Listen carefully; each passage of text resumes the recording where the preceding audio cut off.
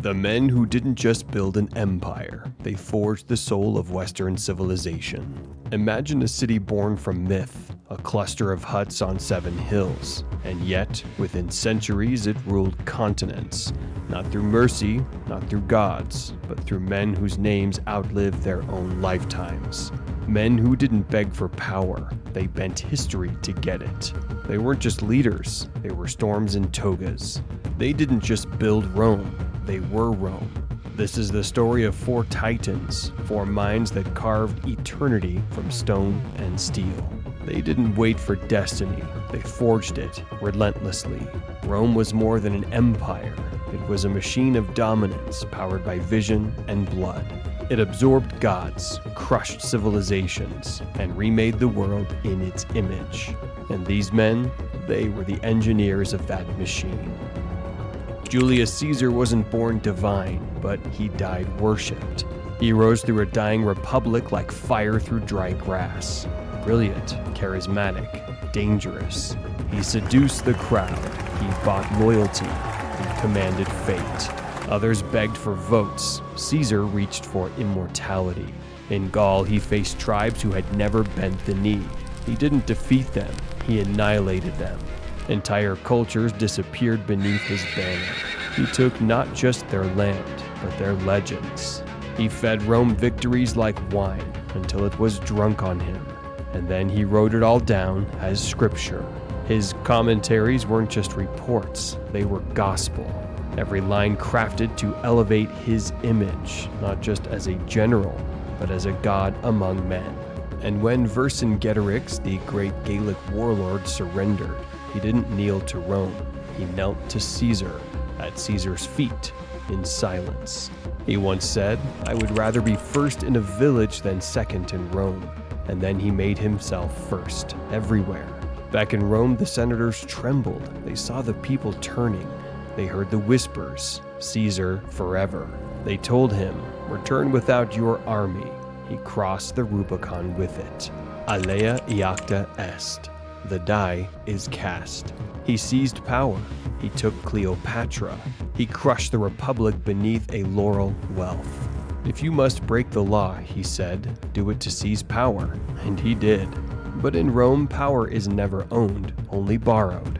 On the Ides of March, in a hall of honor turned slaughterhouse, 60 men answered his ambition with 23 wounds. His final sight, no applause, no eternity, but Brutus, his friend, with betrayal in his eyes. But Caesar's death wasn't an ending, it was a beginning, because from spilled blood, legends rise. Rome was bleeding, the throne was empty, and into the chaos stepped a teenager, soft-faced, unknown, underestimated, Octavian. He didn't roar, he studied, he maneuvered. While others burned hot and fast, he moved in silence. He let Mark Antony fall into Cleopatra's arms. He reduced Lepidus to a footnote. He made the world believe it chose him. And by the time anyone noticed the trap, it had already closed. He became Augustus, the first emperor, but he wore no crown. He called himself first citizen, a lie so perfect it became law. He didn't just rebuild Rome's walls, he rewired its soul. Pax Romana, the Roman peace, a peace backed by legions, by discipline, by subtle terror. Augustus was a sculptor of perception. He turned marble into myth. He used architecture as propaganda and poetry as political weaponry. Under his hand, Rome became a beacon. Temples rose, trade flourished. Time itself was reset around his reign. And when he returned from Egypt with Antony and Cleopatra dead, he didn't boast. He simply shut the gates of war and left them closed for a generation. He said, "Better to be a leader of cattle than a servant of the Senate." And Rome listened. He didn't need drama to die. He simply faded like a god slipping into legend. Have I played my part well? Then applaud as I exit. And they did. But peace never lasts in Rome, and stability always demands blood. Rome didn't need a poet, it needed a hammer. Where Augustus whispered, Trajan roared. He was a soldier first, emperor second, born not into luxury, but in the grit of the frontier. He didn't sit on velvet, he marched in mud. His obsession, Dacia, wild, mountainous, defiant. A land of warriors and gold. Trajan didn't just send orders, he led the charge. He built bridges across the Danube, carved roads into stone, and tore through resistance like a storm. The wars were brutal, personal, biblical. At the siege of Sarmizegetia, the Dacian capital, he didn't wait. He ordered the mountains blasted apart, cutting supply lines until the enemy starved in their own fortress. And when Dacia fell, Rome rejoiced. Rome drank its gold, and Trajan built monuments not to peace, but to conquest. 2,500 figures etched in eternal victory, but conquest never sleeps.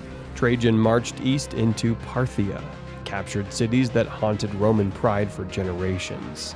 He pushed Rome's borders to their absolute limit, from the misty highlands of Britannia to the sands of Arabia.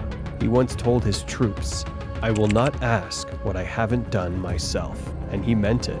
Under Trajan, Rome became a supernova, burning bright, burning wide, but even stars collapse.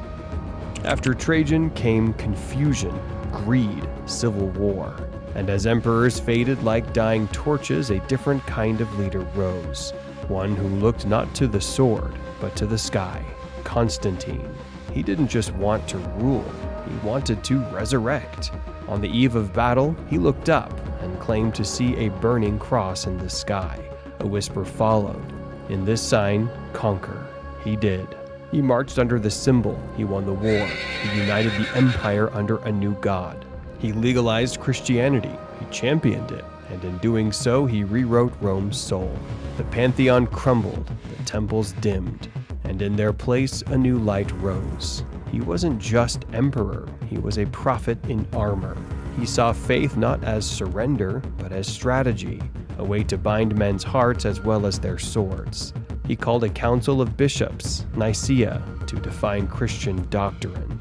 He wasn't just following faith, he was shaping it. And when he died, baptized in belief, Europe followed. Caesar, Augustus, Trajan, Constantine. The mastermind, the architect, the hammer, the prophet. 4 men, 4 visions. One legacy that outlived marble and marched into eternity. They didn't just conquer cities, they conquered ideas.